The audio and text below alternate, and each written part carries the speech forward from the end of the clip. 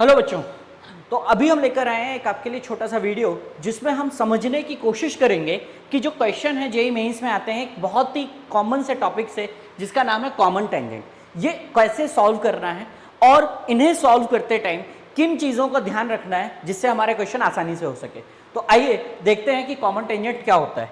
Common tangent का मतलब है, नाम से भी समझ में आ रहा है, टेंजेंट की बात हो रही है और टेंजेंट कॉमन है। कॉमन यानी कि एक से ज़्यादा कर्व्स में अगर एक ही लाइन टेंजेंट है, जैसे अगर मैं मान के चलूँ ये लाइन है और ये एक यहाँ पैराबोला है, यहाँ एक सर्कल है।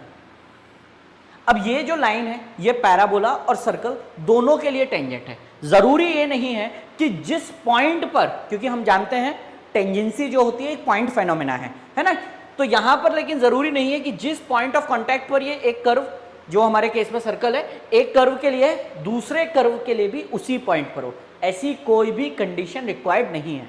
अगर क्वेश्चन में दिया रहता है तो वो एक एडिशनल इंफॉर्मेशन है, लेकिन हम ये मान के चलेंगे कि यहाँ पर जिस टेंजेंट की बात कर रहे हैं, कॉमन टेंजेंट की जो बात कर रहे हैं, वो अलग अलग पॉइंट्स पर भी टेंजेंट हो सकता है। अब इसको सॉल्व कैसे करेंगे? तो देखिए बहुत सिंपल सा है इसका फंडा। आपके पास जो भी कर्व दिया गया है, दो कर्व दिए जाएंगे। जैसे मैंने मान लिया एक कर्व है C1, एक कर्व है C2।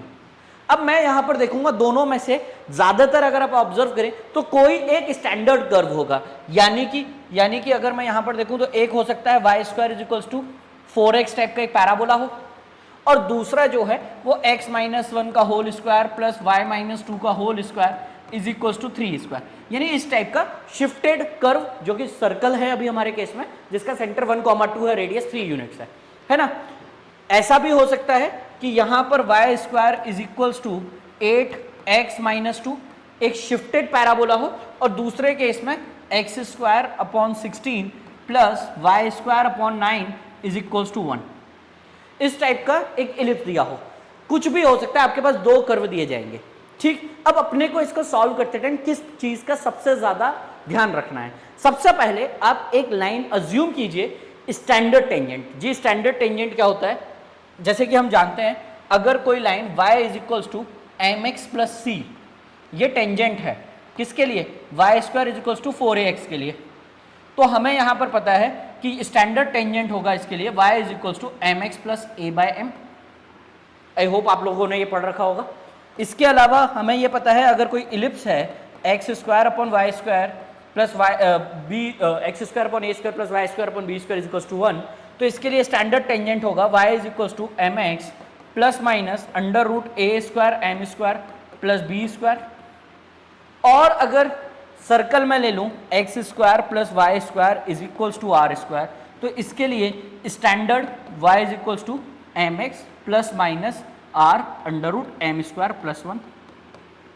अगर हाइपरबोला की बात होगी तो यहां पर माइनस आ जाएगा, यानी कि हाइपरबोला के केस में यहां माइनस और यहां माइनस।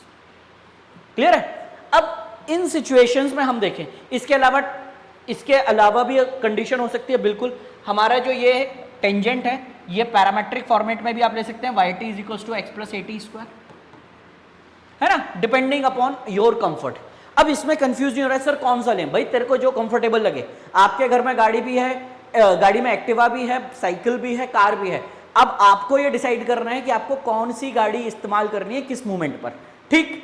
तो ये वही की सिचुएशन है। अब यहां पर हम देखें कि अब इसको इस्तेमाल कैसे करना है। तो जैसा कि मैंने पहले बताया आपको, C1 और C2 दो कर्व है। अब यहां पर जो भी स्टैंडर्ड कर्व दिखे, देखो C1 अभी मुझे स्टैंडर्ड दिख रहा है, तो मैं यहां पर क्या करूंगा, y square is equals to 4ax के लिए एक स्टैंडर्ड टेंजेंट अज्यूम कर लूंगा। स्टैंडर्ड टेंजेंट क्या अज्यूम करूंगा मैं? तो यहां पर अगर मैं देखूं तो स्टैंडर्ड टेंजेंट में अज्यूम कर सकता हूं y is equals to M x plus A की वैल्यू वहां पर 1 है तो 1 बाय एम। अब y is equals to M x plus 1 by M assume कर लिया। अब इसको लाइन को इस कर्व, दूसरे वाले कर्व के लिए भी टेंजेंसी की कंडीशन लगा दें। टेंजेंसी की कंडीशन या तो डायरेक्ट लग रही हो, यहां पर डायरेक्ट नहीं लग रही क्योंकि शिफ्टेड वाला मामला है, तो आपको डेरिवेशन याद होना चाहिए। या तो आप इसको भी शिफ्ट कर लें, शिफ्टेड से आप कैसे इसमें नॉर्मल में लाते हैं, कैपिटल एक्स कैपिटल वाई मानकर, वो करें। और अगर आप वो नहीं कर रहे हैं तो फिर आपको डेरिवेशन में भी कोई बहुत ज्यादा बड़ी बात नहीं है। सिंपल सा हमें यहां पर ये करना है, y या x को इसमें सब्स्टिट्यूट करेंगे, जनरली हम y को सब्स्टिट्यूट करते हैं तो बनती है क्वाड्रेटिक इन x। क्या बनेगी? Quadratic in x। जैसे ही क्वाड्रेटिक इन x आएगी उसका डिस्क्रिमिनेंट उठाकर कर दो 0। क्या कर दो भैया? डिस्क्रिमिनेंट 0। ये जो पीछे हमने लिखे हैं जो कंडीशन, ये सारे इसी मेथड से आए हैं। y is equals to mx plus c जो लाइन होती है, आप इसे इस इक्वेशन में पुट कर दीजिए। mx प्लस c का whole square is equals to 4ax, x की बनी क्वाड्रेटिक, उठाकर उसका डिस्क्रिमिनेंट यानी b स्क्वायर माइनस 4ac उठाकर 0 कर दे भाई, आपकी कंडीशन आ जाएगी c is equals to a by m। यहाँ c की वैल्यू निकाल कर रखते जाए, c is equals to a by m आएगा इस केस में। जब आप इलिप्स रखोगे तो c square is equals to a square m square plus b square आएगा। जब आप यहाँ पर रखोगे सर्कल के लिए तो c square is equals to r square m square plus r square आएगा, है ना। तो ये सारी कंडीशंस वहीं से आती हैं। सिंपल सा आपको यहाँ पर वही काम करना है। तो मैं फिर से बता देता हूँ क्या करना है हमें। सबसे पहले स्टैंडर्ड इलिप्स मानना है, सॉरी स्टैंडर्ड टेंजेंट मानना है।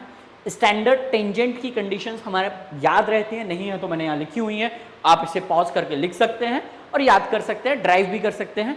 इसके बाद आपको दूसरे कर्व के लिए सेम लाइन, स्टैंडर्ड वाली लाइन जो है वो टेंजेंट है, उसको वेरीफाई करने के लिए, उसको सेटिस्फाई करने के लिए आपको जो डेरिवेशन का मेथड है वो लगाना है, यानी कि उस लाइन को d इक्वल्स टू 0 करना है। आई होप आपको ये क्लियर होगा। वहां से हम m की वैल्यू निकालेंगे। m की वैल्यू आपकी जैसे ही आएगी, आपकी जो भी m की वैल्यू निकल कर आएगी यहाँ पर, जैसे आपने इसको यहाँ पर पुट किया, सॉल्व किया डिस्क्रिमिनेंट, तो m में आएगा डिस्क्रिमिनेंट 0 किया, m की वैल्यू जो भी आई उसे वापस आपने यहाँ पर पुट कर दिया, आपकी इक्वेशन ऑफ कॉमन टेंजेंट आ जाएगी। आई होप ये आपको क्लियर होगा। ऐसे ही वीडियोस के लिए देखते रहिए, जुड़े रहिए। Thank you.